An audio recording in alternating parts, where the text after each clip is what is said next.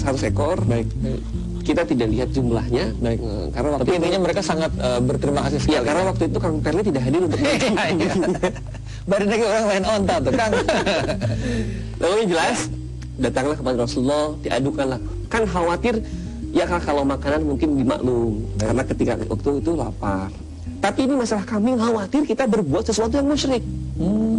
Maksudnya gimana tuh, Kang? Bagaimana kalau nanti jampe-jampe yang diberikan itu jampe-jampe kemusyrikan? Oh. Karena bisik-bisik di antara para sahabat ini, kalau kita, kamu baca apa waktu kemarin tuh? Nah, bisa jadi cager. Cager, gitu kan? Betul. Gitu kan, hebat nih, Hebat ini rukiahnya, Mati itu kan kalau suka main itu. Ampuh. Saya harus meluruskan, ampuh ya. Bukan suka main catur, ada mati. Itu skakmat itu. Oh, skakmat. Nah, kemudian pemirsa materi STP yang Allah muliakan, debat di antara mereka. Ya, terjadi kayak semacam kekisruhan gitu. Mereka merasa was-was, mang. Apa yang kau baca? Jangan-jangan ini jadi jatuhnya haram. Betul. Gitu kan. Betul. Baiknya jangan dibagikan dulu kambing ini sebelum kita nanti ngobrol ke Rasulullah. Konfirmasi dulu. Baik. Ada nggak endorsement dari Rasulullah? Di endorsement. Endorsement? Saya taunya mah endogment. Endorsement itu dukungan ya. Iya, dukungan langsung gitu kan. Perestuan gitu ya. Merestui, betul. Gitu kan. Kalau sama Rasulullah sudah direstui, berarti halal insya Allah itunya, status kambingnya. Kalau dalam bahasa hadis mungkin disebut dengan takrir Rasulullah. Takrir ya. Jadi Rasulullah menyetujui ya. Oke, maka kita kan Rasulullah, maka jadi halal gitu kan. Baik. Ragu karena khawatir. Bisik-bisik ketika itu, aku tidak baca apapun. Si orang yang datang berani menyembuhkan tadi, berani menerapi tadi, ma qara'tu illa bi Fatihatil Kitab. Aku tidak bisa baca apapun. Mohon maaf, aku tidak baca apapun melainkan aku membaca Al-Fatihah. Oh, subhanallah. Hanya membaca Al-Fatihah ya? Hanya membaca Al-Fatihah. Kan jadi bahan kekisruhan. Wah, bisa gitu Al-Fatihah. Gitu kan, sampai kok. Tapi bisa nggak bisa, sembuh gitu kan. Ini hadisnya panjang, beberapa riwayat. Dan yang beberapa literatur yang Bukhari Muslim juga meriwayatkan hadis ini. Rasulullah datang kepada Rasulullah, diadukan kepada Rasulullah waktu itu, ya Rasulullah, kada wa kada, gitu. Begini nih ceritanya Rasulullah. Ceritakan dari awal seperti tadi, gitu.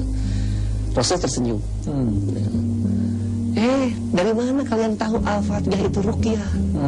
Gitu. Dari mana kalian tahu bahwa Al-Fatihah itu bisa menjadi asyifa, penawar, hatta orang yang dipatuk, digigit, apakah kalajengking, ular berbisa, sembuh. Rasulullah tersenyum. Dari mana kalian tahu Al-Fatihah itu ruqyah? Tapi Rasulullah tidak mengajarkan pertama kali. Betul. Secara eksplisit, ini loh Al-Fatihah itu ruqyah, tidak. Buktinya Rasulullah mengatakan, dari mana kalian Al-Fatihah tahu Al-Fatihah itu ruqyah? Yang kedua, sambil tersenyum dia mengatakan, mana jatah bagianku? Rasulullah tersenyum dan meminta jatah bagianku mana. Artinya Rasulullah secara takrir mengendorse. Apa menyetujui, merestui dan juga mengiyakan. Mengiyakan, boleh. Jadi subhanallah. Penyakit yang fisik nih terkena racun binatang buas, apakah itu ular, kalajengking atau apapun, bisa sembuh dengan bacaan Al-Fatihah. Subhanallah. Betapa dahsyatnya itu ya. Betapa dahsyatnya Al-Fatihah. Nah, apakah gara-gara sahabat saja membacakannya?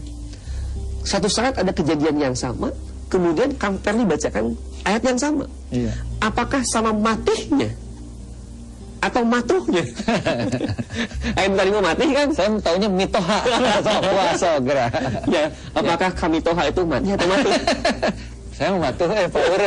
Sin salah. Gitu kan?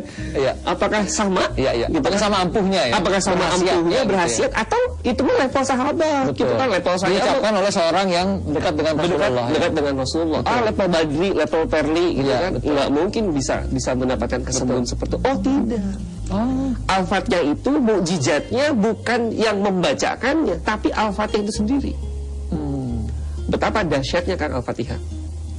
salah seorang sahabat yang bernama Ubay bin Ka'ab. Ini kalangan kan sahabat itu ada ulamanya, baik, ada entertainnya, gitu, gitu. Sama yang tim gaul.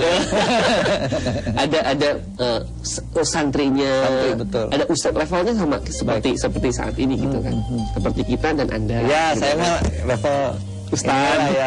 Cuman orang Bandung sih sama. Kalau ini kan ustaz gitu. Panutan. 4-nya ke sana loh kan. Ke saya 1.